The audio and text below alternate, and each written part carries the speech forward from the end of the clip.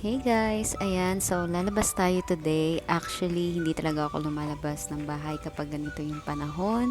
But dahil may naririnig ako dito sa labas ng aming bahay, dito sa kabilang bakanteng lote ng mga kambing. Ayan, so ngayon, ito maglalakad lang tayo. Tapak ako dito, dyan, doon, ayan. Ayan dito sa lag at ayan na nga ang mga kambing. Oh my gosh. Tingnan nyo guys, ang dami-dami nila. Sobra.